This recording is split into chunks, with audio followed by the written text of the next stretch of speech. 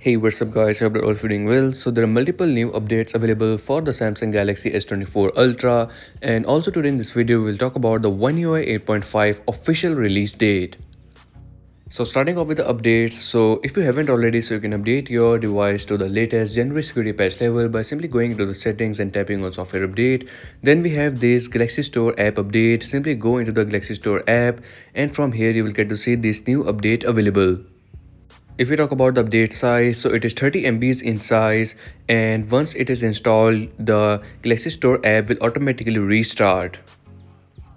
Now, after updating the Galaxy Store app, tap on this menu option, then tap on updates. So from here, you will get to see that there are multiple new app updates available from Samsung Messages to theme parks, so multiple app updates are available.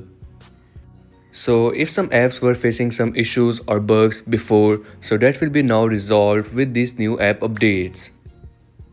There are multiple apps like Photo Editor, the Samsung TTS, the Samsung Messages, the Galaxy Buds. To update them all, simply tap on Update All and all of these apps will be updated. Further, if you talk about the One UI 8.5 update, so it is on the beta version right now, but the official update is now to be released with the Galaxy S26 series, and the Galaxy S26 series will be released on Feb 25th, 2026. And once it is released, it will be available for the Galaxy S25 series in the month of March and April.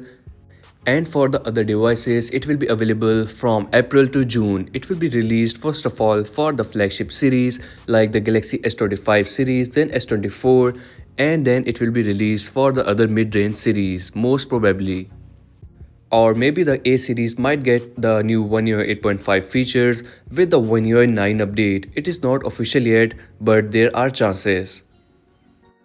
I'm really excited for the new features coming up with the One UI 8.5 update. Let me know your thoughts in the comment section below. Also let me know that are you buying this Galaxy S26 series or not.